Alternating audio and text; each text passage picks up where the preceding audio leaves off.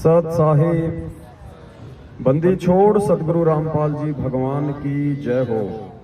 परमपिता परमात्मा सारी सृष्टि के रचनहार, कुल मालिक, असंख्य ब्रह्मांडों के स्वामी, तीनों लोकों में प्रवेश करके सबका भरण पोषण करने वाले एकमात्र जगत गुरु संत श्रोमणी सतगुरु रामपाल जी परमेश्वर जी के चरण कमल में आज दिनांक 17 मार्च 2022 किशनगढ़ साध संगति में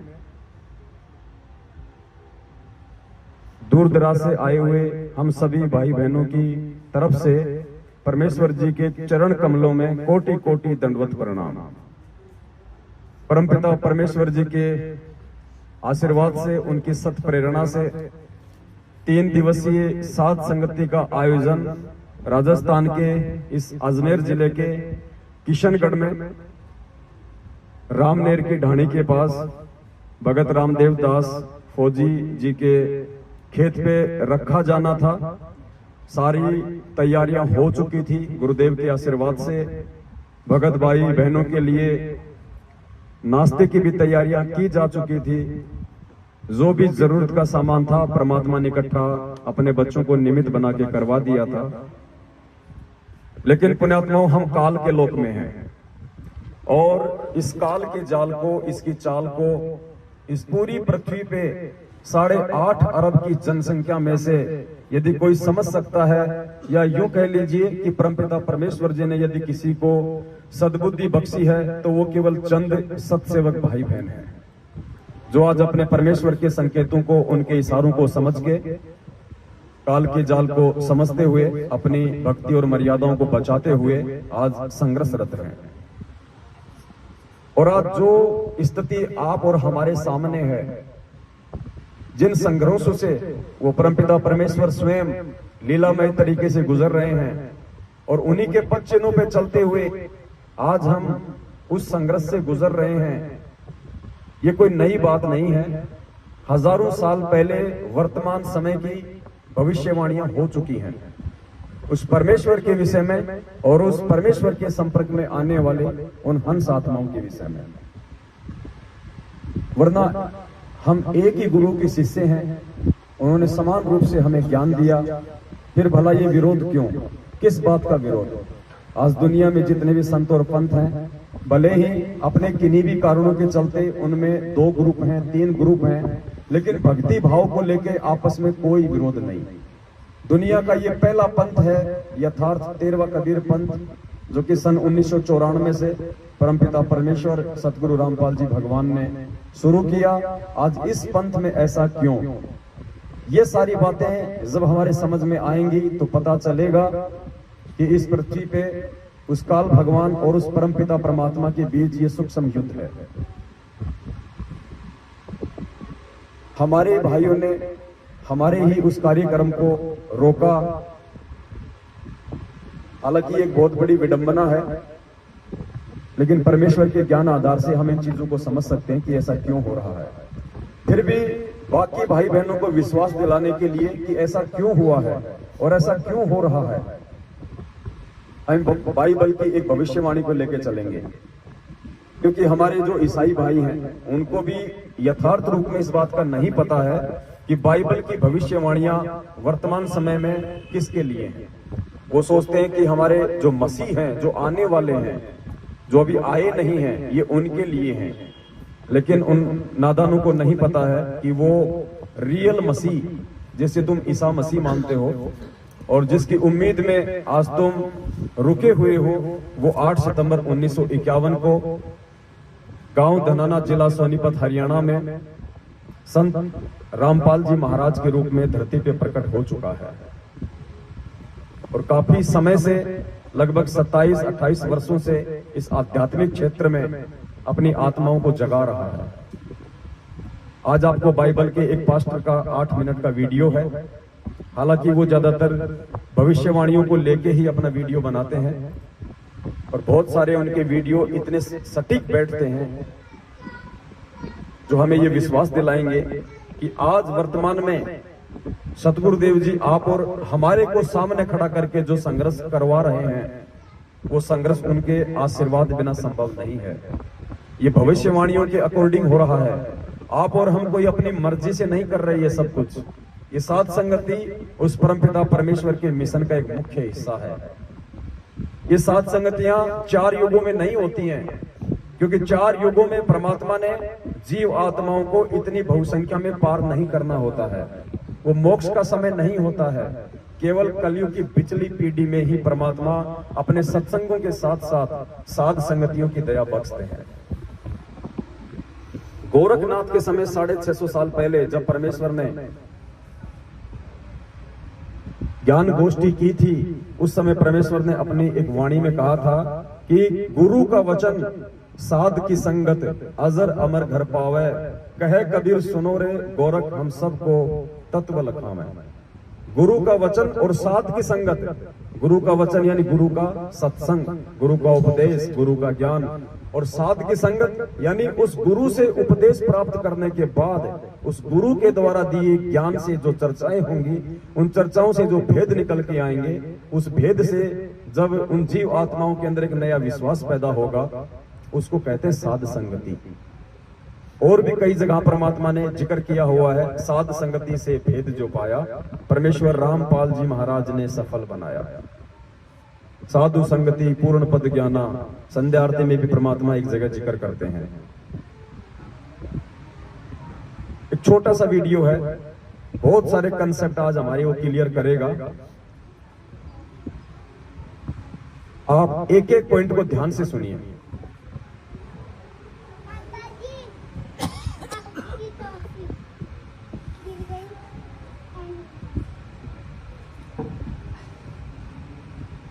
से ऐसा पता चलता है कि यीशु मसीह के आगमन के पहले बात हो रही है इस पास्टर भाई के द्वारा कि ईसा मसीह के आगमन से पहले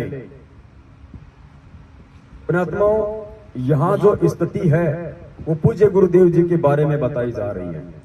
क्योंकि असली मसीह का मतलब होता है मालिक, रब, गॉड, सबका भगवान, उसको कहते हैं मसीह। और ईसा उनका नाम था, लेकिन हकीकत से ये लोग अपरिचित हैं, सृष्टि रचना से ये लोग अपरिचित हैं। इसलिए ये केवल एक तुक्का सा मारते हैं कि हमारे जो ईसा मसीह जी थे वो वापस आने वाले हैं। लेकिन वो तो परमेश्वर ने आज हमें समझा रखा कि कौन वापस आने वाला है। तो इनके एक एक वचन को आप जी ध्यान से सुनिएगा।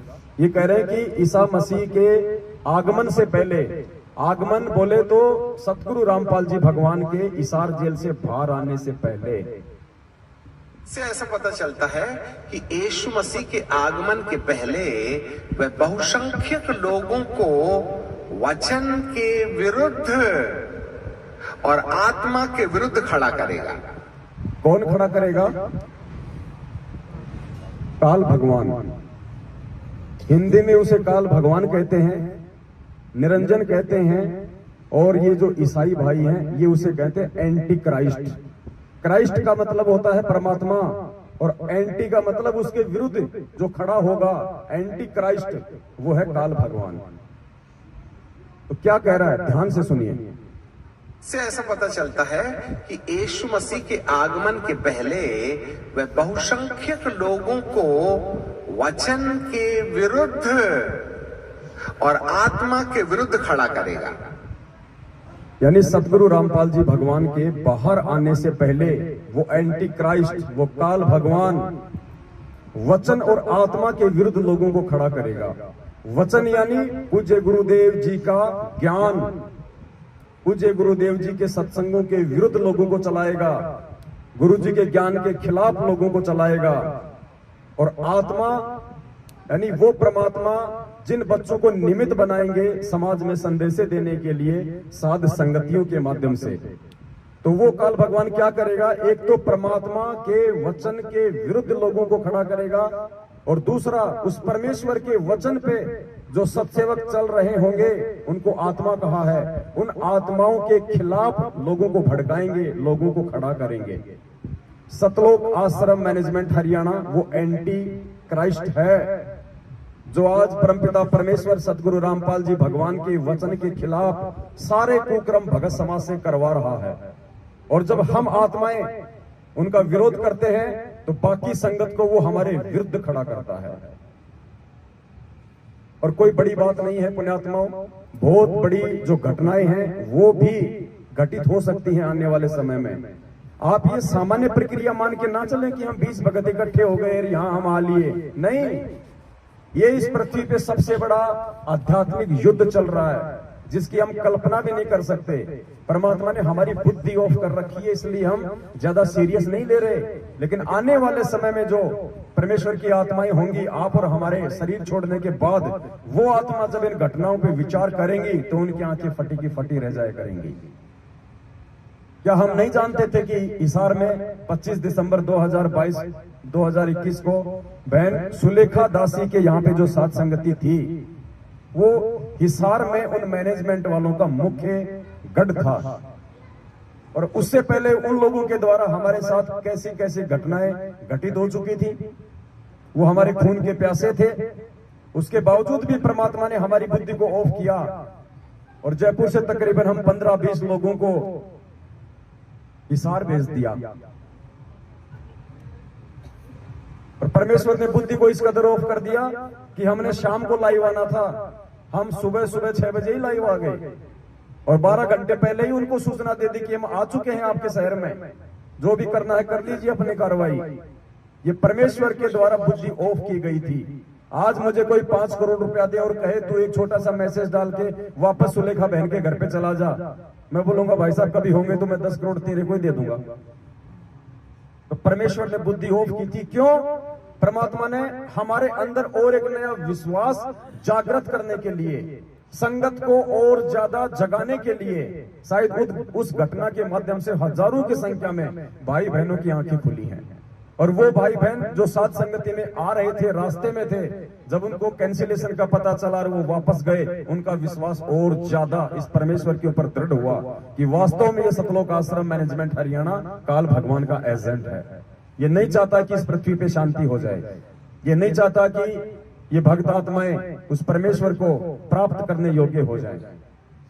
तो परमेश्वर कुछ घटनाओं को जानबूझकर भी अंजाम देते हैं अपने बच्चों की परीक्षा लेने के लिए और ज्यादा उनके विश्वास को दृढ़ करने के लिए। तो वर्तमान में जो घटनाएं घट रही है सामान्य घटनाएं नहीं है। चाहते तो हम भी एक नामदान केंद्र लेके बैठ जाते, चाहते तो हम भी संगत को इसी प्रकार से ज्योति पाठ और दान के नाम पे लूटकर एक धार्मिक जो धंधा इन लोगों ने बना रखा उसमें इनके सहयोगी हो जाते और अपने कर्म फोड़ते रहते। हम क्यों संघर्ष कर रहे हैं? हम क्यों इनके जैसे नहीं हो सकते? हम क्यों इनके साथ गाली गलौज नहीं करते जैसा ये करते हैं? हम क्यों इनके साथ मारपीट नहीं करते जैसा ये लोग करते हैं? इनके जैसे हमारे आचार विचार और व्यवहार क्यों नहीं है? सतगुरुदेव जी के प्रति हमारी जो सोच है, जो समर्पण है, जो भाव है, वो उनके जैसे क्यों नहीं है? क्योंकि परमेश्वर ने आप और हमारे को चुन लिया है। गोता मारो स्वर्ग में जा बैठू पाताल, गरीब दास ढूंढता फिरूं अपने हीरे मोती लाल। अगर परमेश्वर ने सभी को पार करना होता, सभी के लिए परमात्मा यहाँ आते, तो ये वाणी ना कहते कि मैं खाली हीरे मोती लाल के लिए आता हूँ, कंकड़ पत्थर के लिए परमात्मा नहीं आता। तो परमेश्वर की शरण में आने के बाद भी इन लोगों का आचरण बता रहा है कि ये अभी भी कंकड़ और पत्थर की श्रेणी में है। तो आज ये छोटा सा वीडियो हमें बहुत कुछ समझाएगा। तो इस वीडियो में कहा गया है कि उसके आने से पहले, उस परमेश्वर के, उस मसीह के आगमन से पहले, जेल से बाहर आने से पहले क्या क्या घटनाएं घटित होंगी। आज आपको ये वीडियो ध्यान से सुनने की आवश्यकता है और उतना ही जागरूक भी रहने की। से ऐसा पता चलता है कि यीशु मसीह के आगमन के पहले वह बहुसंख्यक लोगों को वचन के विरुद्ध और आत्मा के विरुद्ध खड़ा करेगा।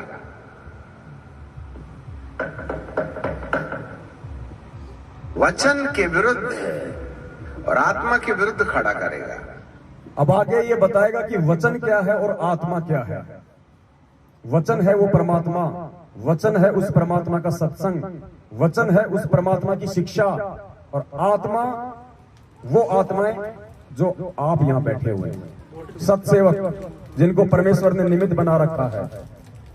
उन आत्माओं के खिलाफ और गुरुदेव के ज्ञान के खिलाफ खड़ा करेगा।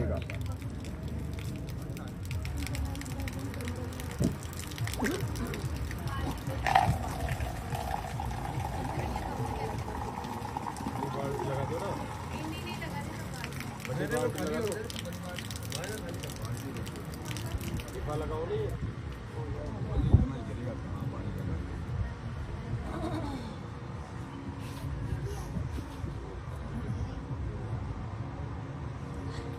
अंदर शुरू कर दिया हैं?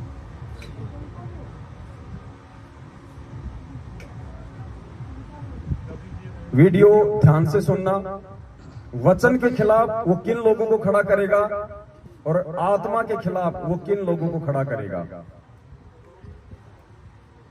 वचन के खिलाफ वो सांसारिक लोगों को खड़ा करेगा, जगत वालों को परमात्मा के खिलाफ खड़ा करेगा और आत्मा के खिलाफ संगत को खड़ा करेगा, अंदर वालों को खड़ा करेगा।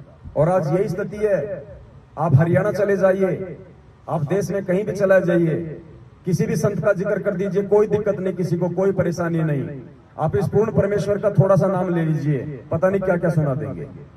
क्योंकि भविष्यवाणी के अकॉर्डिंग उसने सभी के दिलो दिमाग में जिन जिन आत्माओं के ऊपर उसका कंट्रोल है, और 99.9% आत्माओं के ऊपर आज काल का कंट्रोल है, तो उन आत्माओं के अंदर उस वचन के खिलाफ वो खूब प्रेरणा भर देगा।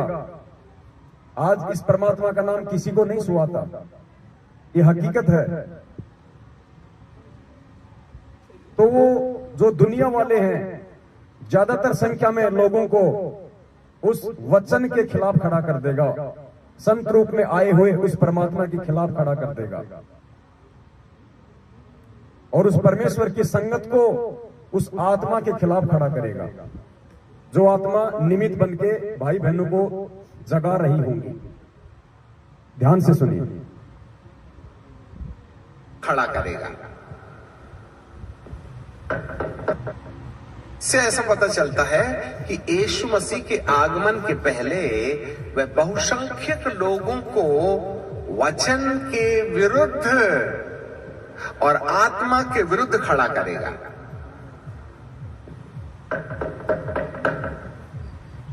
वचन के विरुद्ध और आत्मा के विरुद्ध खड़ा करेगा। वचन के विरुद्ध अन्य जाति लोग खड़े हो जाएंगे और आत्मा के विरुद्ध अंदर के लोग खड़े हो जाएंगे। लिसन मी केयरफुली, क्योंकि बाहर वालों को पवित्र आत्मा के मामले में कोई आइडिया नहीं है। बाहर वालों को पवित्र आत्मा के मामले में कोई आइडिया नहीं, यानी जो जगत वाले हैं उनको सात संगतियों से कोई लेना देना नहीं, उनको सत्सेवकों के विषय में कोई जानकारी, कोई लेना देना नहीं। सत्सेवक और सात संगतियों के विषय में यदि किसी को जानकारी है तो संगत को है, तो वो संगत वालों को खड़ा करेगा सात संगतियों के विरुद्ध।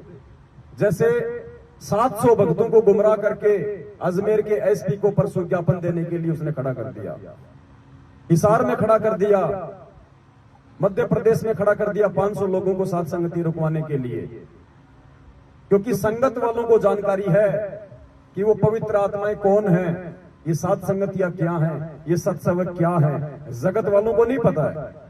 इसलिए उस पवित्र आत्मा यानी उन सत्सेवकों के खिलाफ वो अंदर वालों को खड़ा करेगा, संगत वालों को, और परमात्मा के खिलाफ बाहर वालों को।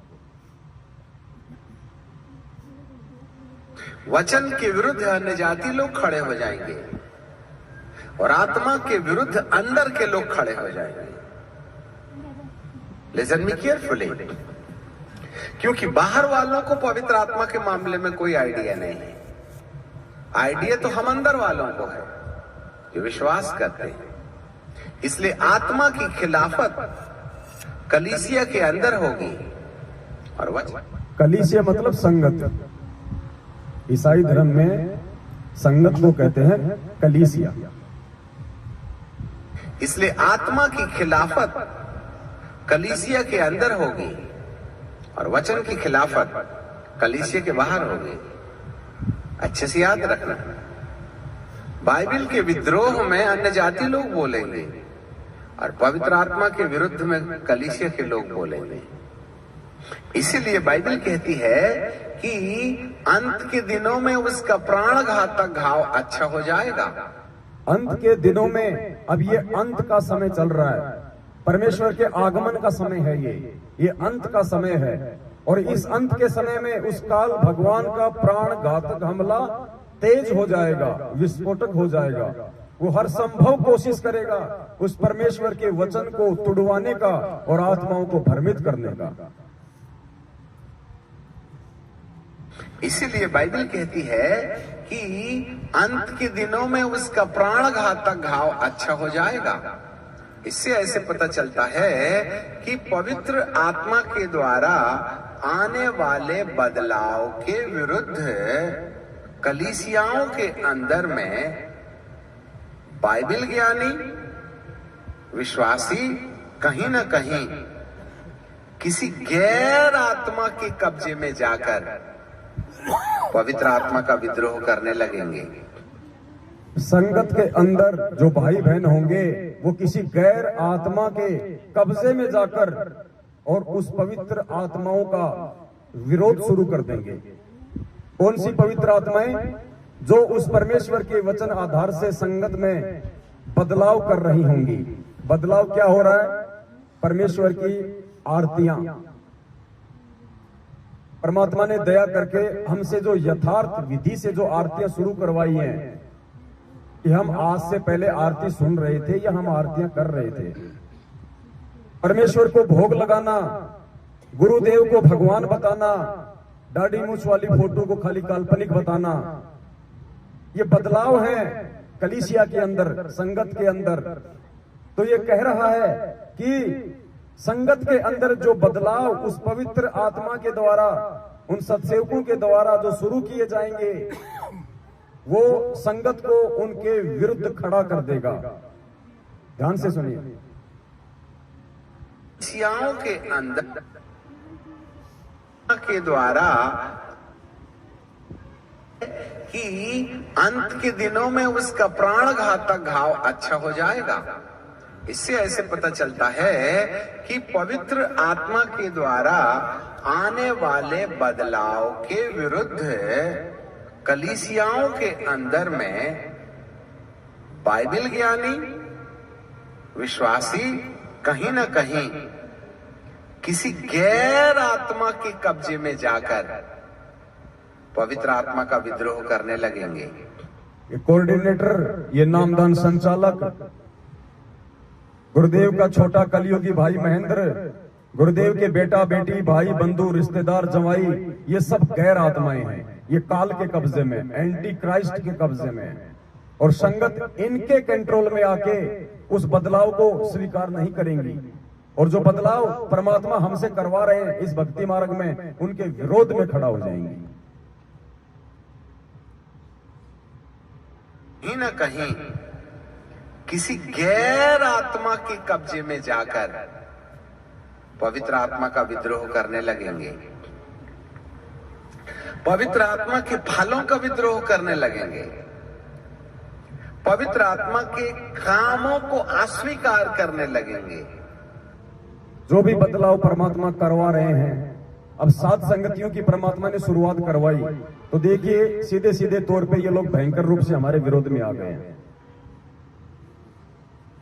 राजस्थान के डीजी को डायरेक्ट लेटर दिया गया है संगत को गुमराह करके, भीड़ दिखा के।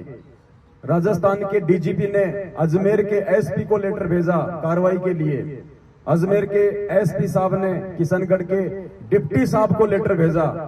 डिप्टी साहब ने थाने को तलब किया। भगत रामदेव दास जी के पास में फोन आया। हम तीनों भाई डिप्टी ऑफिस गए। कजोड़ जी के पास जयपुर फोन गया। ये सब कुछ इन भविष्यवाणियों के अकॉर्डिंग उस बदलाव को रोकने के लिए, क्योंकि एंटी क्राइस्ट, उस काल भगवान को ये डर है कि कहीं ये आत्मा जाग ना जाए, उस परमेश्वर को पहचान ना लें। इनके अंदर जो प्यार, प्रेम, एक दूसरे के साथ विनम्र अधीनता के साथ जो मिलने जुलने की प्रक्रिया शुरू हो रही है, ये कहीं फल फूल ना जाए, मेरा साम्राज्य खाली ना हो जाए। इस चिंता में उसने उन पवित्र आत्माओं के खिलाफ अपने दूतों को निमित्त बना के संगत को भड़काना शुरू कर दिया, संगत को खड़ा कर दिया उसके विरोध में। ध्यान से सुनिए वीडियो का एक एक शब्द। मैं बाइबल ज्ञानी विश्वासी कहीं ना कहीं किसी गैर आत्मा के कब्जे में जाकर पवित्र आत्मा का विद्रोह करने लगेंगे, पवित्र आत्मा के फलों का विद्रोह करने लगेंगे, पवित्र आत्मा के कामों को अस्वीकार करने लगेंगे। और जो लोग पवित्र आत्मा के काम को बढ़ावा देते हैं, जो लोग सत्सेवकों के काम को बढ़ावा देते हैं, उनके साथ क्या होगा? आत्मा के कामों को अस्वीकार करने लगेंगे। और जो लोग पवित्र आत्मा के काम को बढ़ावा देते हैं, उनके विरुद्ध खड़े हो जाएंगे। That is the work of the demon, the Antichrist. याद रखिएगा। और जिन जिन कलीसियाओं के अंदर में पवित्र आत्मा के काम का विद्रोह किया जाता है, ये विद्रोह मनुष्य के द्वारा नहीं होता। ये जो विद्रोह आप और हमारा जो किया जा रहा है संगत में, सात संगतियों को रुकवाने का, ये कह रहा है कि ये मनुष्य के द्वारा नहीं है। कोई ये ना समझे कि वो कोऑर्डिनेटर अपनी तरफ से कर रहा है, वो नामदान संचालक अपनी तरफ से कर रहा है, गुरुदेव के परिवार वाले अपनी तरफ से ये पीले पर्चे निकाल रहे हैं। नहीं, उस काल के दबाव में, क्योंकि इनकी बुद्धि मर्यादा टूटने के चलते उसके कंट्रोल में है। जैसा वो इनको प्रेरणा करेगा, उस आधार से अब ये सारे उल्टे कुक्रम करेंगे। The Antichrist. याद रखिएगा। और जिन जिन कलीसियाओं के अंदर में पवित्र आत्मा के काम का विद्रोह किया जाता है, ये विद्रोह मनुष्य के द्वारा नहीं होता और ना ही उनकी सूझबूझ के द्वारा होता है, परंतु कोई गैर आत्मा, जिसको ख्रिस्त विरोधी आत्मा कहते हैं, उनके माथे पर आ बैठती है और वे उस आत्मा के नियंत्रण में जाने के बाद पवित्र आत्मा के काम की खिलाफत करने लगते हैं। और एक व्यक्ति के अंदर पवित्र आत्मा के काम को जितना ज्यादा बुझाया जा सकता है, अंधकार की सफलता इसी में है। अंधकार की सफलता इसी में है, यानी काल की सफलता इसी में है कि उन पवित्र आत्माओं के खिलाफ जितना हो सके उतना संगत को भड़का दिया जाए। एक भगत को भी यदि सात संगति से दूर कर दिया जाए तो ये कह रहा है कि उस अंधकार का काम हो जाएगा, शैतान का काम हो जाएगा। क्योंकि परमात्मा ने क्या बताया कि ये एक एक आत्मा के लिए लड़ाई लड़ता है। जब कबीर परमात्मा 650 साल पहले मगर से लीला करके सहशरीर सतलोक जा रहे थे, तो काल ने दुर्गा जी को सामने खड़ा कर दिया और क्या कहा परमात्मा ने कि कीन्या मगर पियाना, सतगुरु कीन्या मगर पियाना। कितना परमेश्वर को तोड़ने का काम किया गया, कैसे कैसे लोग और लालच दिए गए, एक आम व्यक्ति समझ के, एक आम साधक समझ के, यानी एक एक आत्मा के लिए पूरी जोर से ये लड़ाई लड़ता है। उस आत्मा के नियंत्रण में जाने के बाद पवित्र आत्मा के काम की खिलाफत करने लगते हैं।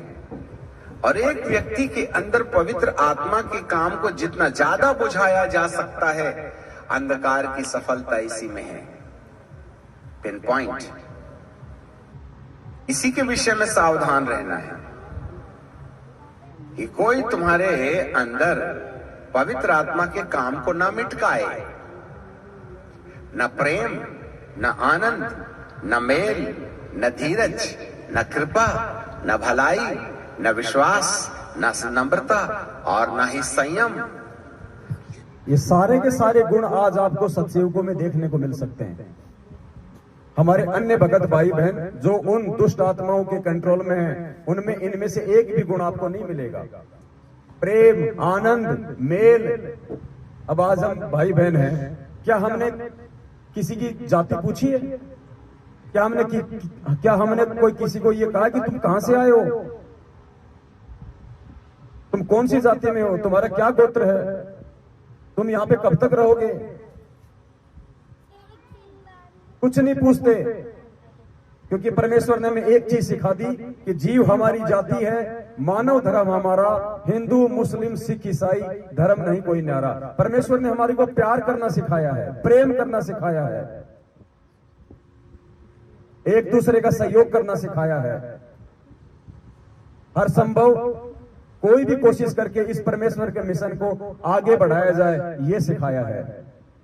हमारी तरफ से किसी भी की आत्मा को जरा सी भी ठेस ना लगे, ये परमात्मा ने सिखाया है। तो जो 9 ये गुण हैं, ये केवल आपको सत्सेवकों में देखने को मिलेंगे, साध संगतियों में मिलेंगे। और ये 9 गुण और आत्माओं के अंदर ना प्रवेश हो, इसके लिए वो एंटी क्राइस्ट इस सतलोक आश्रम मैनेजमेंट हरियाणा के माथे पे बैठ के और सारे उल्टे कर्म करवा रहा है, साध संगतियां रुकवा रहा है, ताकि परमेश्वर का मार्ग आगे ना बढ़े।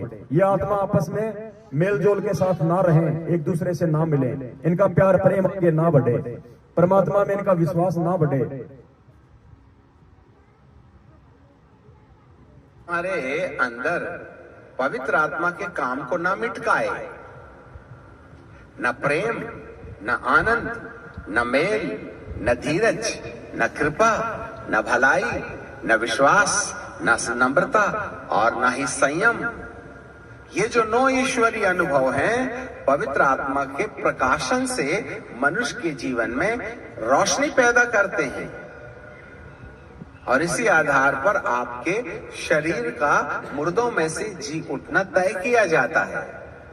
शरीर में से मुर्दों का उठना तय किया जाता है। अंदर से परमेश्वर साध संगतियों से हमारी आत्मा को चार्ज कर रहे हैं, रिचार्ज कर रहे हैं, ताकि हम इस काल लोक की झूठी भावनाओं से हटके अपने परमेश्वर में ध्यान लगाएं, सतलोक में हमारी आसक्ति हो, हमारी रुचि हो, और वो ये नहीं चाहता है। पवित्र आत्मा के प्रकाशन से मनुष्य के जीवन में रोशनी पैदा करते हैं और इसी आधार पर आपके शरीर का मुर्दों में से जी उठना तय किया जाता है। जितने प्रतिशत में ये 9 अनुभव होंगे, आपके मुर्दों में से जी उठने वाले शरीर को उतना ही तेजोमय कपड़ा मिलेगा। तेजोमय कपड़ा, नूरी शरीर, और वो केवल सतलोक में है, क्योंकि बाइबल की भविष्यवाणियां हैं। और हम सबको पता है, ईसा मसीह के सूली पे लटकाए जाने के बाद, क्राइस्ट पे लटकाए जाने के बाद 4 दिन बाद जो जिंदा हुआ था, और 40 दिन तक ईसा मसीह के रूप में जिसने हजारों चमत्कार किए थे, भगत समाज के अंदर एक विश्वास पैदा किया था भक्ति और भगवान के ऊपर, वो ईसा मसीह जी नहीं थे, वो कबीर परमात्मा था। इसलिए बाइबल की भविष्यवाणियां उस परमेश्वर के लिए हैं। और उसी समय परमात्मा ने भविष्यवाणियां की थी कि आगामी समय में मेरा आगमन किस प्रकार से होगा। जितने प्रतिशत में ये 9 अनुभव होंगे, आपके मुर्दों में से जी उठने वाले शरीर को उतना ही तेजोमय कपड़ा मिलेगा और कलीसिया जितनी तेजस्वी होगी, शैतान का उतना ही जरा जोर से ड्रम बजेगा। कलीसिया जितनी तेजी से जागेगी, शैतान का उतना ही ज्यादा ड्रम बजेगा। संगत जितनी तेजी से जागेगी साथ संगतियों से, काल भगवान का उतना ही ड्रम बजेगा। इसलिए ये प्रयास हो रहा है साथ संगतियों को रोकने का। पुण्यात्माओं, आज की रात या जहां जहां भी साथ संगतियां होंगी, परमेश्वर आप और हमें निमित्त बना के, आप यकीन करना, परमेश्वर की विशेष दृष्टि उस जगह पे होगी। खुद परमात्मा की वाणी है कि जहां जन से महिमा सुनूं, वहां मैं गवन करंत, और वो तो नगर अमान है जहां मेरे प्यारे संत। उन पवित्र आत्माओं की बदौलत परमात्मा विनाशकारी समय में उस पूरे क्षेत्र की भी रक्षा करता है। और इस पूर्ण परमात्मा की महिमा वर्तमान में पूरी पृथ्वी पर केवल सात संगतियों के माध्यम से ही गाई जा रही है। और जिन भाइयों को नींद आ रही है, वो थोड़ा सा आगे सुन लीजिए, आगे का वीडियो उनके लिए, कि सात संगतियों में आके नींद लेना कितना खतरनाक साबित होगा फिर आगे। तेजों में कपड़ा मिलेगा और कलीसिया जितनी तेजस्वी होगी, शैतान का उतना ही जरा जोर से ड्रम बजेगा। इसलिए आइए और सतरंजी गरम कीजिए और 10 रुपए डालिए और जाइए और चर्च में बैठ के मच्छर मारते रहिएगा।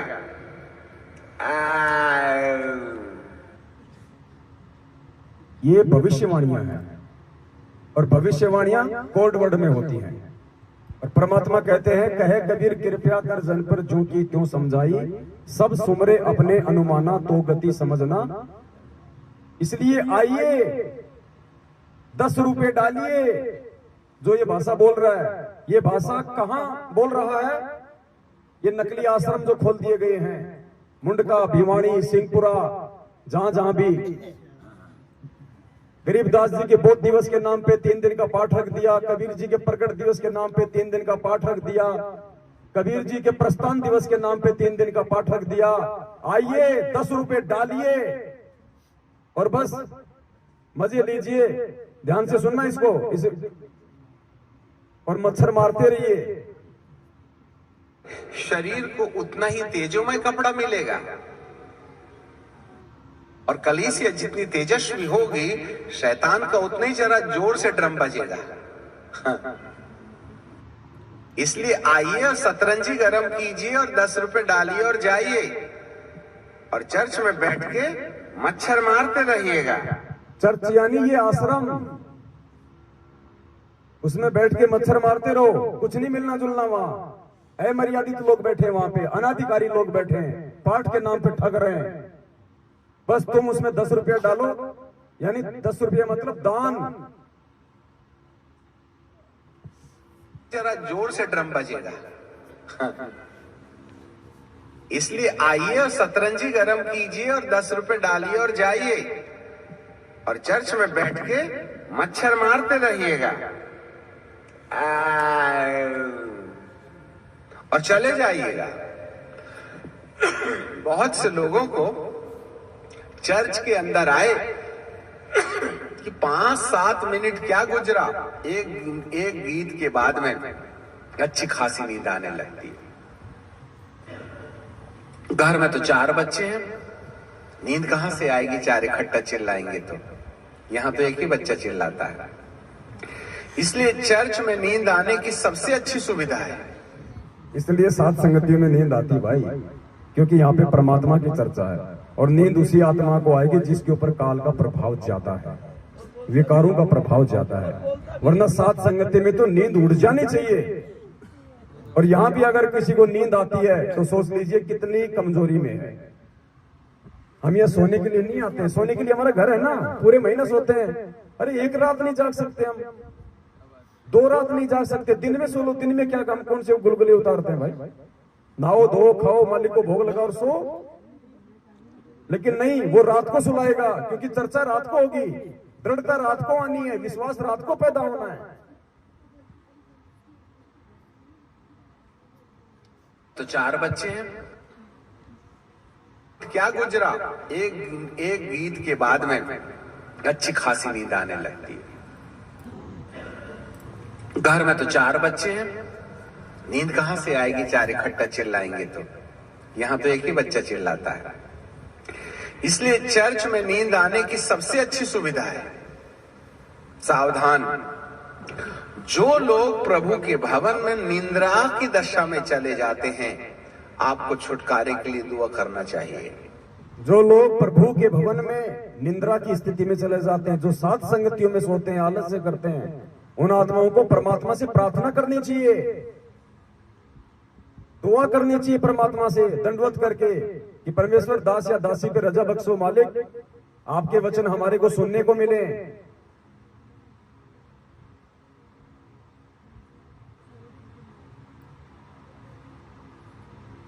चर्च में नींद आने की सबसे अच्छी सुविधा है।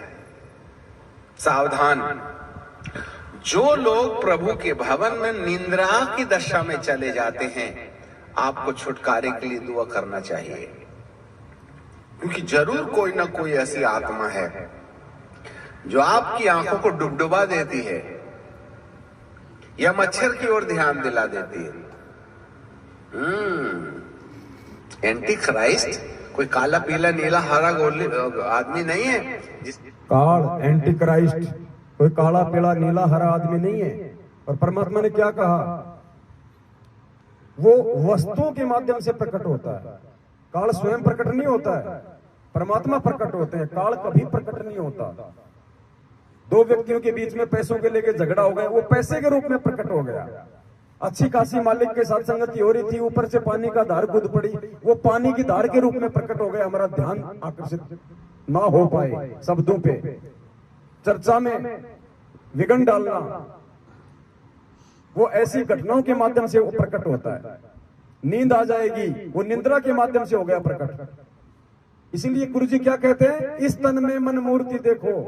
संध्या आरती में पढ़ते हो ना, इस तन में मन मूर्त देखो।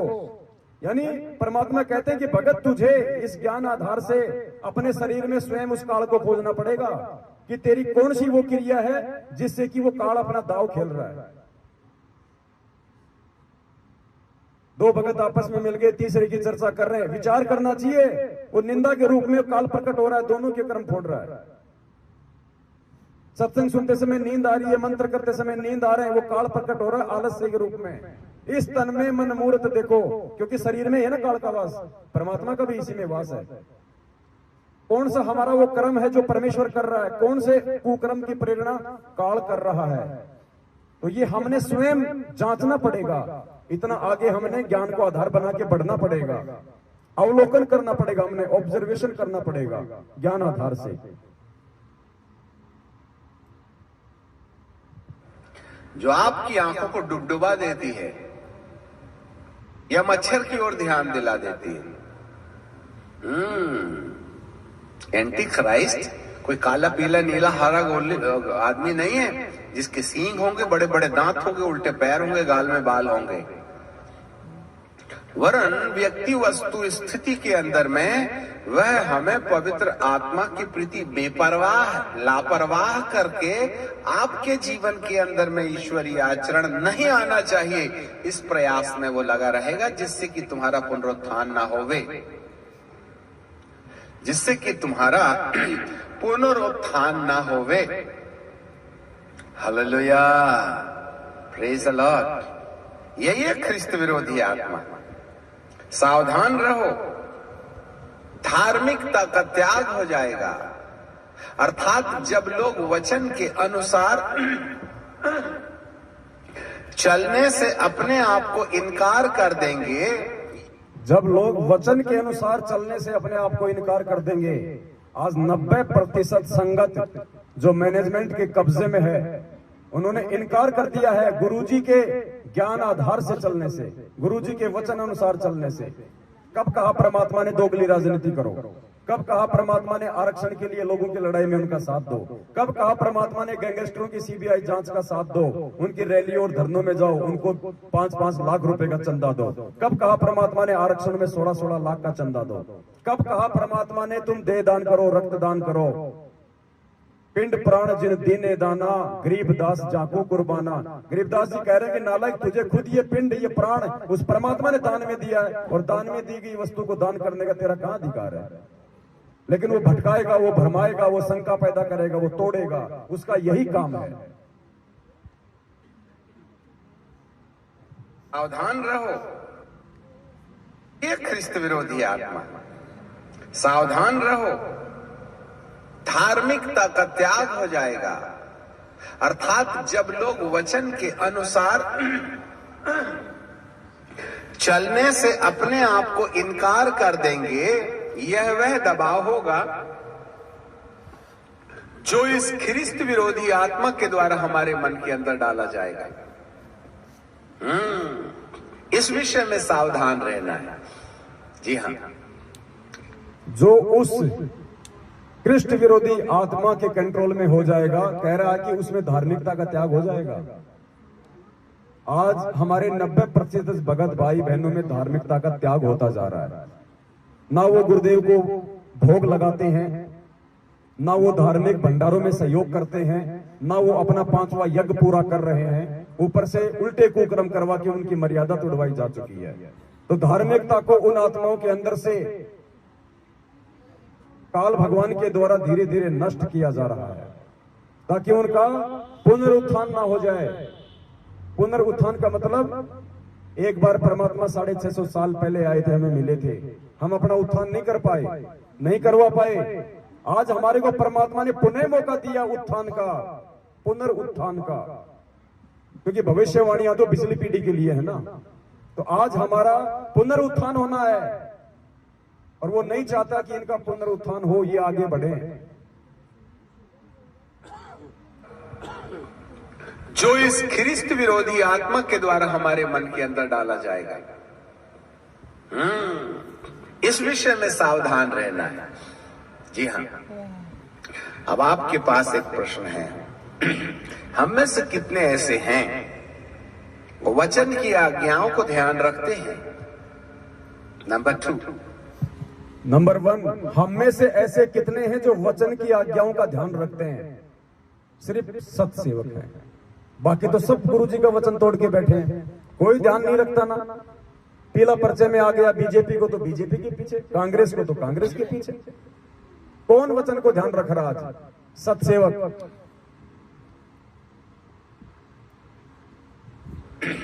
हम में से कितने ऐसे हैं वो वचन की आज्ञाओं को ध्यान रखते हैं?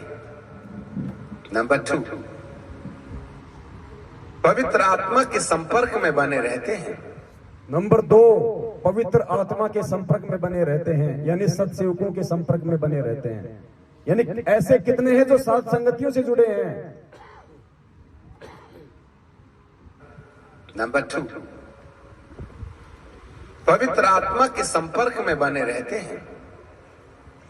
नंबर 3, पवित्र आत्मा को वचन के अनुसार हमारा जीवन बदलने की अनुमति देते हैं।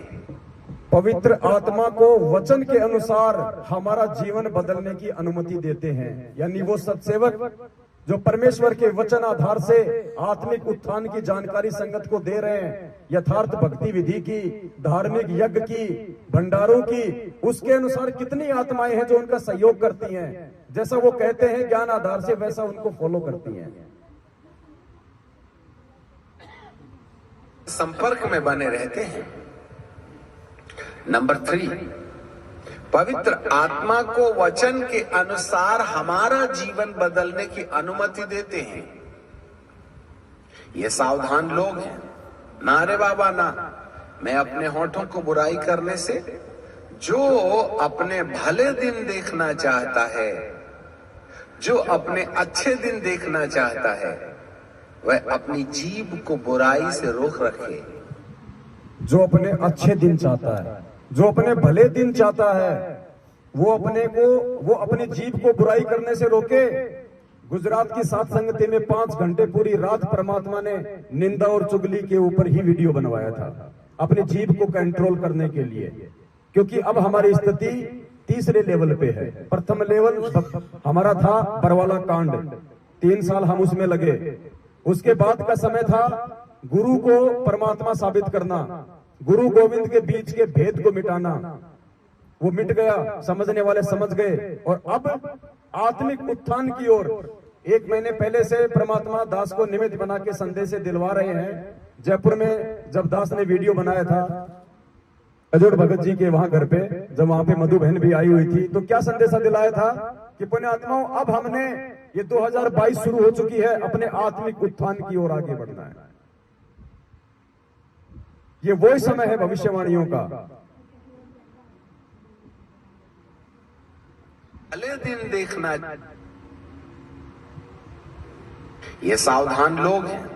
ना रे बाबा ना, मैं अपने होठों को बुराई करने से, जो अपने भले दिन देखना चाहता है, जो अपने अच्छे दिन देखना चाहता है, वह अपनी जीभ को बुराई से रोक रखे। इसका मतलब है बुराई करने वाला अपने पैर में कुल्हाड़ा मारता है और खुद ही ऑटो रिक्शा में हॉस्पिटल जाता है। रामचंद्र जी भी उसी परमात्मा का बच्चा, लेकिन देख लो कहां पहुंच गया, सात संगतियों से दूर हट के। ये सर्वविदित है, वापस आने की स्थिति में नहीं है। ये भविष्यवाणियां हैं, ये कोई बच्चों ने नहीं लिखी हैं, ये परमात्मा ने लिखवाई है। और आगे चल के ऐसी आत्माएं हजारों वर्ष जब ये भक्ति चलेगी तो ये एग्जाम्पल के रूप में रहेंगी।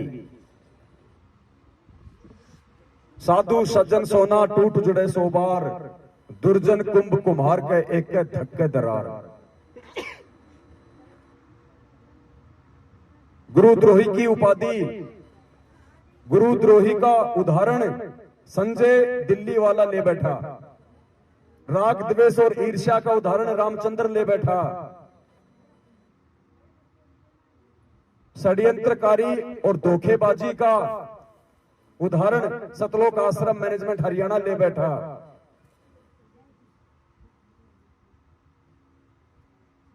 देखना चाहता है, जो अपने अच्छे दिन देखना चाहता है, वह अपनी जीभ को बुराई से रोक रखे। इसका मतलब है बुराई करने वाला अपने पैर में कुल्हाड़ा मारता है और खुद ही ऑटो रिक्शा में हॉस्पिटल जाता है। आप खुद ही अपनी टांग काट डालते हैं। बुरा दिन देखना है तो खूब बुराई करो, और भले दिन देखना है तो जीभ को बुराई से रोक रखो।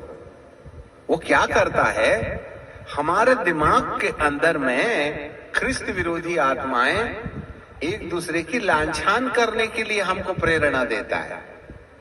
इसकी टीका उसकी बदी, ये लोभ वो लालच, ये झगड़ा वो झांसा, ये बीड़ी वो तमाकू, ये दारू वो झगड़ा।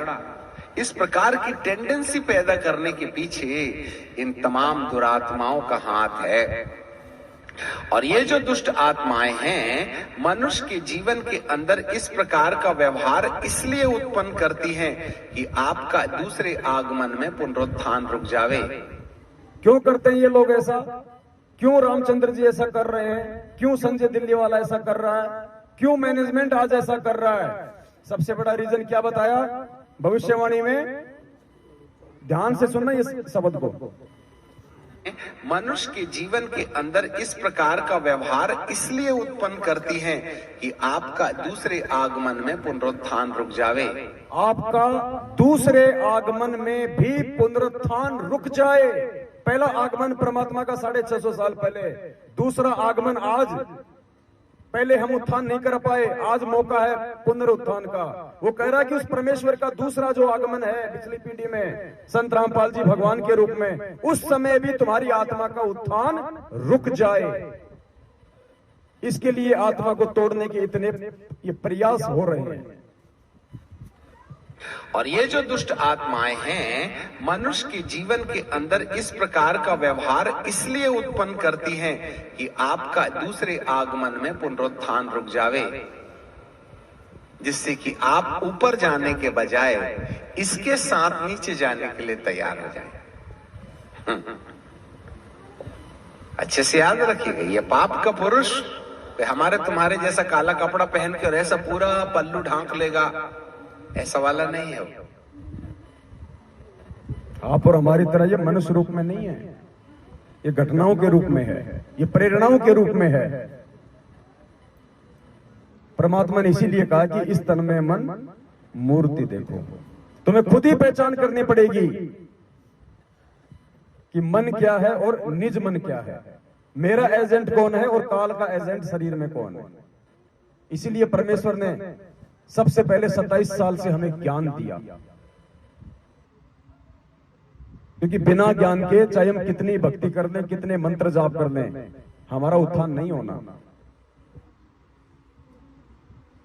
तो एक छोटा सा वीडियो था जिसके माध्यम से परमात्मा ने दास को प्रेरणा की और वर्तमान वस्तु स्थिति को लेकर भविष्यवाणियों के आधार से आप जीव तक संदेशा पहुंचाना जरूरी था। आज दास केवल यहीं तक ही निमित्त रहेगा और बाकी भाई बहन जो आए हुए हैं दूर दराज से, और उनसे भी दास निवेदन करेगा कि आप देखो, हम सब परमात्मा के बच्चे हैं, समान रूप से परमात्मा ने सबको ज्ञान दिया है। ठीक है, कुछ पिछले संस्कारों की वजह से किन्हीं आत्माओं को परमात्मा उनकी बुद्धि का थोड़ा सा वॉल्यूम खोल देता है, कोई बड़ी बात नहीं है, लेकिन ज्ञान परमात्मा ने सबको समान रूप से दिया है। हम सबको बोलना भी आना चाहिए, हम सबको आपस में खुल के बातें करना भी आना चाहिए। हम अपने बाप के विषय में बात करने से समझाएं, शर्माएंगे, घबराएंगे, क्या होगा?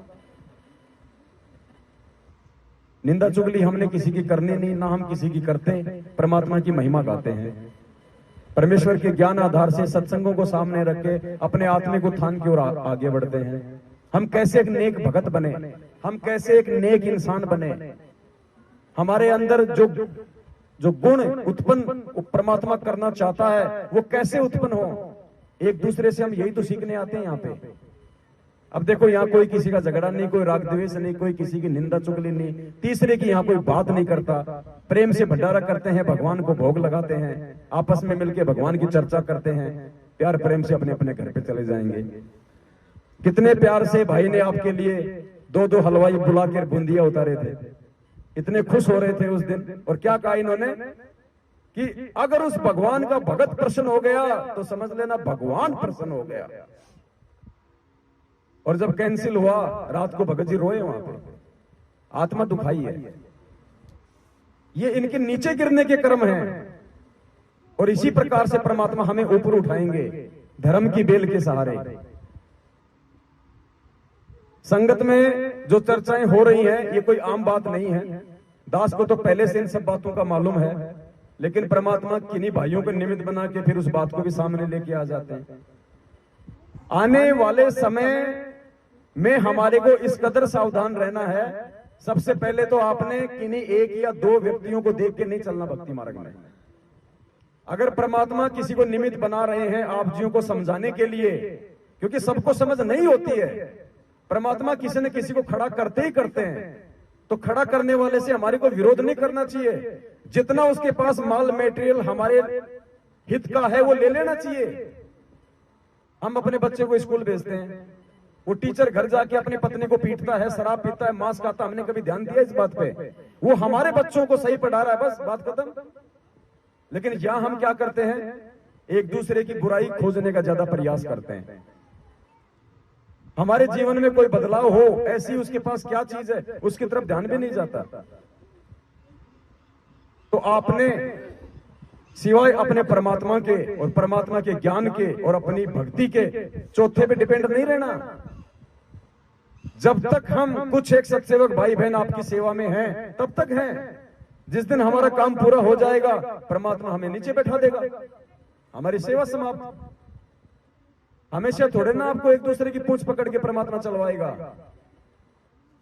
अरे गाड़ी बंद हो गई और बैटरी भी लग रही है, सारे काम है और उसको धक्के की जरूरत है, तो उसको एक बार धक्का मरवाया जाता है, फिर स्टार्ट हो जाती है। उसके बाद थोड़ा ना उसके धक्का ही मारते रहना है। तो परमात्मा ने कुछ सत्सेवकों को, कुछ पवित्र आत्माओं को निमित्त बना के आपको धक्का सा मरवाया है, जो खड़े हुए थे एक जगह पे। लेकिन अब जब गाड़ी स्टार्ट हो गई, अब खुद चलना है भाई आगे। तो आने वाले समय में काल भगवान का जो दबाव बढ़ेगा, क्योंकि उसको पता है कि बड़ी तेजी से आत्माएं मेरे काल से निकल रही हैं। ये क्यों प्रयास किया जा रहा है? गुरुजी के नाम का लेटर निकलवा के राजस्थान के डीजीपी साहब को दिया जा रहा है, 7 संगतियां रुकवाई जा रही हैं। हम किसकी जेब काट रहे हैं भाई? अखबारों में हमारे खिलाफ ठग हैं, चोर हैं, संगत को लूट रहे हैं, जगत वालों से पैसे इकट्ठे कर रहे हैं। सबूत कुछ भी नहीं है, फिर भी मीडिया झूठा लिख रहा है।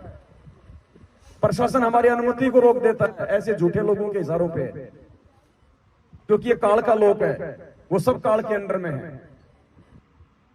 उनका आपस में कोई टकराव नहीं, कोई विरोध नहीं। हमारे अच्छे कामों को रोकने में सब एक हो जाएंगे। तो आने वाले समय में पुण्यात्माओं, हो सकता है हमारी सेवा ज्यादा समय की ना हो, इसलिए अब आपको अपने स्तर पे इस आध्यात्मिकता में ऊपर उठना है। और जो प्लानिंग जो हो सकती है काल भगवान की, खैर वैसे तो मालिक साथ में है, लेकिन फिर भी परमात्मा पता नहीं किस किस प्रकार से सबकी परीक्षा लेगा। जो प्लानिंग की जा रही है वर्तमान में सतलोक आश्रम मैनेजमेंट हरियाणा द्वारा काल प्रेरित होके, वो यहां तक की प्लानिंग है कि पवन का मर्डर हो जाए और वो मर्डर का मुकदमा संत रामपाल जी महाराज पे लग जाए। आप लोगों को पहले दास आगाह कर रहा है। अगर इतना भी हो जाए, मैं ये नहीं कहता कि ऐसा हो जाएगा, लेकिन आप लोगों के लिए है। अगर ऐसा भी हो जाए तो आपने किसी के ऊपर आश्रित होकर नहीं चलना कि बस वो चला गया तो हमारा सब कुछ चला गया, अब हमें कौन बताएगा, क्या समझाएगा, अब हम कैसे साथ संगत नहीं करेंगे, अब क्या होगा। यानी कुछ आत्माओं के साथ इस कदर भी घटनाओं को अंजाम दिया जा सकता है आने वाले समय में। वैसे तो सिर पे साई सत्य है, तो को क्या भय रे। हाथी पे बैठने के बाद परमात्मा कहते हैं कुत्ते तो 1000 भोंको चाहे लेकिन बिगाड़ कुछ नहीं पाएंगे। लेकिन हमारी परीक्षा है कि वो समय नहीं है कि परमात्मा लेके हाथी 2-4 भक्तों को बैठा के वो बरवाड़ा में चक्कर काटेंगे कि लो साहब वो परीक्षा हो रही है। नहीं, देश काल और परिस्थिति के अनुसार होती है। हर आत्मा के परमात्मा भिन्न भिन्न तरीके से लेगा परीक्षा। साथ संगति रुकी, कुछ लोग तो ट्रेन से वापस गए, कुछ लोगों ने टिकट कैंसिल करवाई। उनके मन में क्या भाव उत्पन्न होते हैं, वो उनकी परीक्षा है। रामदेव दास जी, इनके पिछले जन्म के कुछ ऐसे संस्कार हैं अच्छे जो आज ये पारिवारिक रूप से भी संपन्न है, आर्थिक रूप से भी संपन्न है, सामाजिक रूप से भी प्रतिष्ठित है, और ऐसे व्यक्ति जो कि धर्म के काम को आगे बढ़ा रहा है और उसके खिलाफ उसी के क्षेत्र में अखबारों में उल्टी सीधी ठग, चोर लुटेरे नाम से न्यूज निकल जाए, तो ये इनकी परीक्षा है कि इनको लोक लाज कहां तक सताएगी। ये क्या सोचते हैं कि भाई बंधु भी, क्योंकि सब हमारे विरोध में है ये ज्ञान लेने के बाद, और न्यूज तो आएगी तो छानी रहती नहीं, बुराई तो सबसे ज्यादा और सबसे पहले फैलती है। रिश्तेदारों के पास जाएगी, वो चार को बताएंगे, अरे देखो रे वो महात्मा बन रहा था, देखो क्या काम कर रहा है। तो इनके अंदर क्या भाव प्रकट होते हैं, ये इनकी परीक्षा है। हर आत्मा की परीक्षा है, परमात्मा अलग अलग तरीके से लेता है, और जब तक परमात्मा सारे हमारे विकार समाप्त नहीं कर देगा, हम भगत की श्रेणी में नहीं है। इसलिए मालिक कहते हैं, लोक लाज मर्याद जगत की तृण जो तोड़ बगावे, जब कोई राम भगत गति पावे। तो ये इनके लोक लाज की परीक्षा ले रहा है परमात्मा। वो परीक्षा ले ली, साथ में भगत की सेवा लगा दी। अब बताओ कहां रुक गई साथ संगति। ये तो 12 तारीख से चल रही है और 30 तारीख तक चलेगी, कहां रुक गई साथ संगति बताइए। खाली जगह ही तो चेंज हुई है। तो परमात्मा हमारे साथ में भाई, ये हमारे को विश्वास हो जाना चाहिए, और इससे बढ़ के विश्वास ये हो जाना चाहिए कि धरती पे खुद परमात्मा प्रकट है।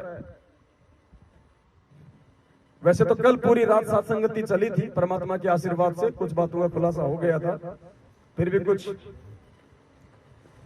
नए भाई बहन हैं, थोड़ा सा क्योंकि वीडियो अभी हमने डाले नहीं है, कुछ पाबंदियां हैं, इसकी वजह से साथ संगति समाप्ति के बाद ये सारे वीडियो डाले जाएंगे। तो भाई धरती पे परमात्मा प्रकट है।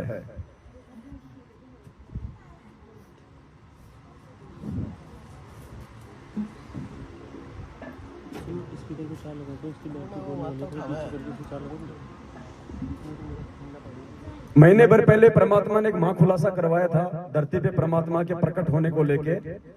एक जो शब्द था कि भाई अर्धरात्रि बीत गई, सौपन में दिखे घनश्याम, इंद्र दमन एक मंदिर बनवा दे, जगन्नाथ हो जिसका नाम। फिर आगे इसमें छुआछात को लेके परमात्मा ने किया, और फिर क्या कहा, इतनी जल्दी सच साहेब आ रही है ना अभी, तो इसको लगा। तो उस शब्द के माध्यम से परमात्मा ने यह साबित करवाया था कि धरती पे आज वही कब्र परमात्मा संत रामपाल जी भगवान के रूप में प्रकट है।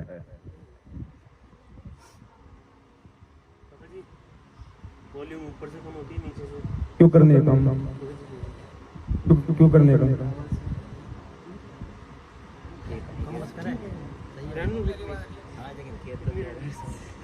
ये तो 2 घंटे से कितनी तो है।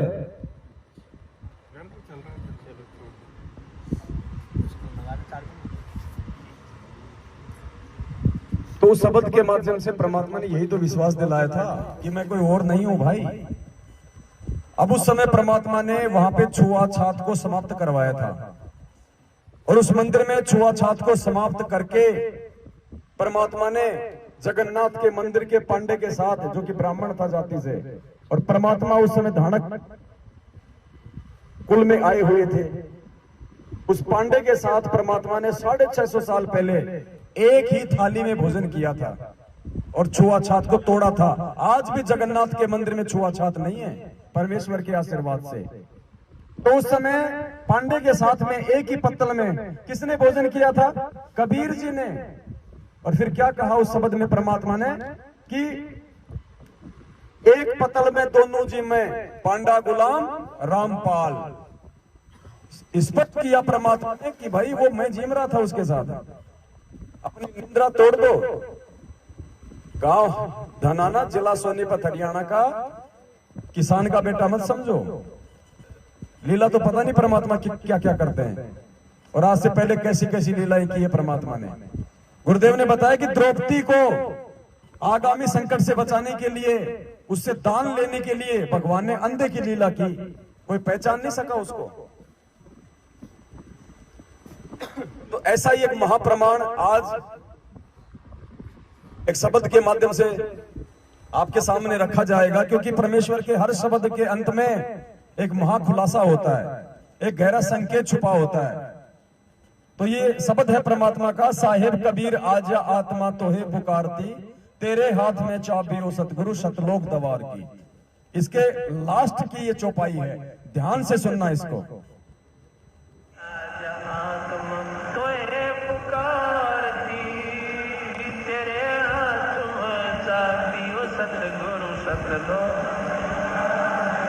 गोरखनाथ रिद्धि सिद्धि में भूला नहीं समाव, मुर्दे तक को जीवित करते काल भक्ति दरड़ा। 650 साल पहले कबीर परमेश्वर जी के साथ में गोरखनाथ जी की ज्ञान गोष्ठी हुई थी। सुना ना आप लोगों ने गुरुदेव जी के सत्संग में? सुना है ना? दोनों की ज्ञान गोष्ठी हुई और परमेश्वर ने उनको ज्ञान में भी हराया और उनको सिद्धि में भी हराया। उसके बाद में क्या किया गोरखनाथ जी ने? दीक्षा ली थी कबीर परमात्मा से, कबीर जी उनके सतगुरु बने। अब वो कबीर जी कौन थे उस समय? गोरखनाथ को किसने दीक्षा दी थी उस समय? अभी शब्द में ध्यान से सुनना। फिर गोरखनाथ रिद्धि सिद्धि में फूला नहीं समावे, मुर्दे तक को जिंदा करके यो काल भक्ति दरड़ावे। उसके बाद सुनना फिर गोरखनाथ ने किससे दीक्षा ली थी, किसको अपना गुरु बनाया था। गोरखनाथ रिद्धि सिद्धि में फूला नहीं समावे, मुर्दे तक को जिंदा कर दे काल भक्ति दरड़ावे। रामपाल सतगुरु की शरणा पावे, डोरी मकर तार की। किसकी शरणा पाई थी? रामपाल सतगुरु की शरणा पावे, डोरी मकर तार की। उनको सतनाम तक दिया था परमात्मा ने। तो ये हर शब्द के अंत में एक आपको रहस्य मिलेगा। आज से पहले हमारे में से किसी के भी समझ में नहीं आ रही थी ये बातें। हम हजारों बार इन शब्दों को सुन चुके थे, आज भी सुन रहे थे, लेकिन ना मेरे समझ में आ रही थी ना आपकी समझ में आ रही थी, क्योंकि परमात्मा ने हम सबकी बुद्धि ऑफ कर रखी थी। जब वो तक वो ठीक का समय नहीं आता, परमात्मा बुद्धि ओपन नहीं करता। आज जितने भी आध्यात्मिक रहस्य परमात्मा ने पिछले समय से प्रकट करवाए हैं, ये आज ही क्यों करवाए सारे? क्योंकि ये वो समय आ गया कि हम इस परमात्मा की पहचान कर लें। अंत निकट है, फिर समय नहीं रहेगा, और इसकी पहचान हुए बिना इसके ऊपर विश्वास नहीं हो पाएगा, और विश्वास के बिना भक्ति नहीं चलेगी, और भक्ति नहीं होगी तो विनाशकारी समय में हमारा बचाव कहां से होगा? कहे कबीर सुनो भाई साधो मैं तो हूं विश्वास में। ये नहीं कहा परमात्मा ने कि कहे कबीर सुनो भाई साधो मैं तो हूं सतनाम में, मैं तो हूं प्रथम नाम में, मैं तो हूं सार नाम में। परमात्मा कहते हैं ये मेरे नाम उसी समय काम करेंगे जब तू मेरे ऊपर विश्वास करेगा कि ये भगवान है। और गोरखनाथ ने इतना सब कुछ देखने के बाद भी धोखा खा लिया। गुरुदेव ने कहा कि उसको विश्वास तो हो गया, लेकिन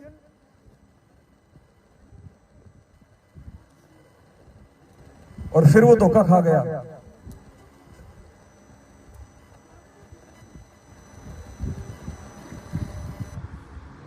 बोलो सतगुरुदेव की जय हो।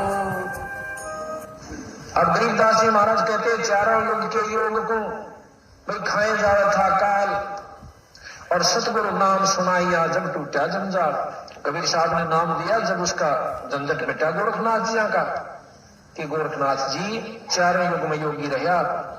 अब कुछ दिनों के बाद जब ये समाप्त हो जाएगी आपकी सिद्धि, आप दोबारा इस जन्म मरण के चक्कर में आओगे।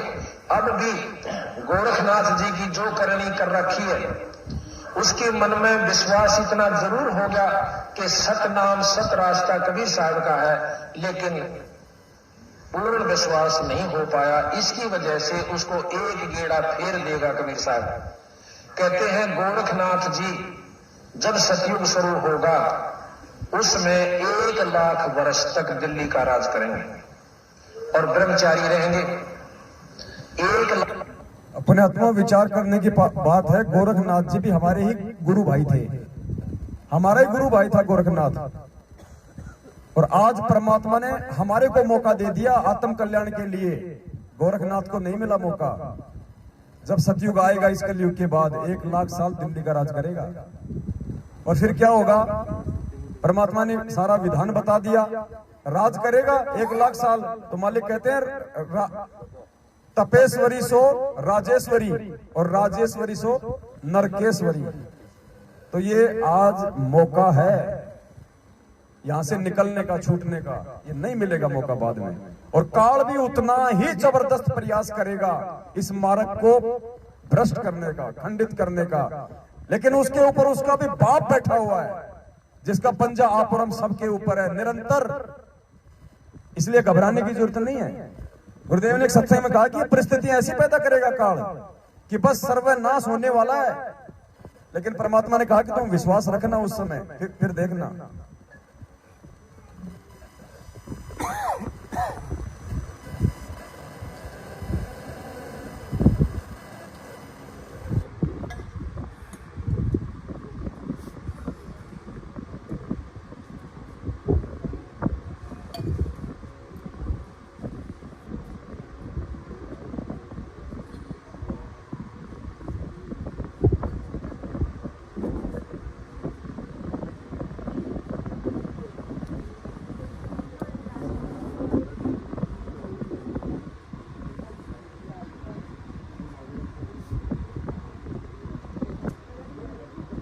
देखो क्या कह रहे हैं परमात्मा, इतना विश्वास करना पड़ेगा गुरुदेव पे।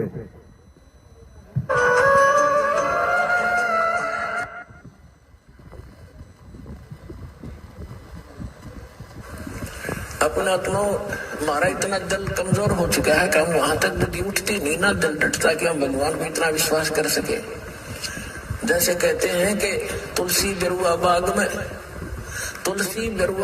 में शीतत भी मुरझावे, राम भरोसे जो रहे वो पर्वत पर लहरावे। तुलसी बिरवा बाग में सींचत भी मुरझावे, राम भरोसे जो चले वो पर्वत पे। आज ये बिरवा कौन है जो सोचता है कि मेरी हर प्रकार से सिंचाई हो रही है? मैं तो मुंडका भी जाता हूं, मैं तो सिंहपुरा भी जाता हूं, मैं तो रोहतक भी जाता हूं, मैं तो नामदान केंद्र पे भी जाता हूं, मैं तो तारीख पे भी चक्कर काटता हूं, मैं तो ज्योति पाठ का पैसा भी करता हूं, मैं तो जैसा ये लोग कहते हैं वो आदेश मानता हूं, पीला पर्चा भी मानता हूं। कबीर बिरवा बाग में सींचत भी मुरझावे, उसके बाद भी वो 90% बिरवे मुरझा रहे हैं, अकाल मृत्यु हो रही है उनकी, सर्वनाश हो रहा है उनके साथ में, घर घर में झगड़ा उनके, परमात्मा से दूर होते जा रहे हैं। तो कहते कबीर बिरवा बाग में सींचत भी मुरझावे और राम भरोसे जो चले वो पर्वत पे। आप और हम हैं जो अपने सदगुरु के भरोसे चल रहे हैं, राम के भरोसे चल रहे हैं। हम ना तो नामदान केंद्र पे जाते, ना हम फर्जी आश्रमों में जाते, ना हम किसी को ज्योति पाठ और दान का पैसा देते, ना हम किसी के पीले पर्चे मानते, और फिर भी परमात्मा दिन दोगुनी रात चौगुनी हमारे को आध्यात्मिक और सांसारिक बरकत दे रहा है। क्यों? क्योंकि हम राम भरोसे हैं। अपना आत्मा हमारा इतना दिल कमजोर हो चुका है कि हम वहां तक बुद्धि उठती नहीं ना, दिल डटता कि हम भगवान को इतना विश्वास कर सके। जैसे कहते हैं कि तुलसी बिरुआ बाग में सींचत भी मुरझावे, राम भरोसे जो रहे वो पर्वत पर लहरावे। बगीचे के अंदर बूटा लगा दिया, पौधा लगा दिया, सिंचाई करते करते खत्म हो जाता है, मुरझा जाता है। राम भरोसे पर्वत के ऊपर कोई संभालने वाला नहीं, कोई सिंचाई करनिया नहीं, कहते राम भरोसे जो रहे पर्वत पे लहरावे। तो हमारा इतनी बुद्धि उठती नहीं, लेकिन इसको उठाने का ये प्रोसीजर है। एक दिन ऐसी दृढ़ता होगी आपके अंदर कि सर्वनाश होता दिखा आपने, आप दृढ़ रहना भगवान के ऊपर, फिर देखना ऐसा बादल टल जाएगा तो सोच भी नहीं सकते आप।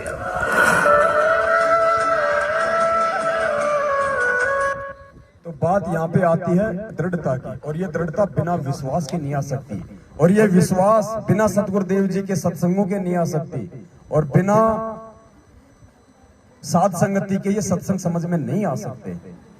ये परमेश्वर का ज्ञान गीता जी से भी ज्यादा कोडवर्ड में है। अगर इतना आसान होता तो गरीबदास जी का ग्रंथ यही था 3 साल से, हर कोई उसको खोल के बैठ जाता। किसी ने एक वाणी का शरणार्थ भी ढंग से नहीं किया आज तक। तो भाई ये परमात्मा है जो आप और हमें मिला हुआ है। अब इतना ज्ञान देने के बाद, शिक्षित करने के बाद, पिछली पीढ़ी में जन्म देने के बाद, अब ये खुल के छाती फाड़ के नहीं दिखाएगा हनुमान की तरह कि मैं ही हूं। इतनी बुद्धि विवेक हमारे अंदर भी होनी चाहिए। अब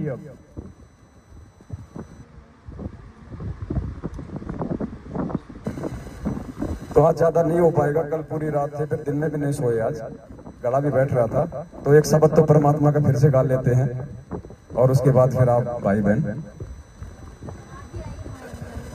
हाँ, सत साहिब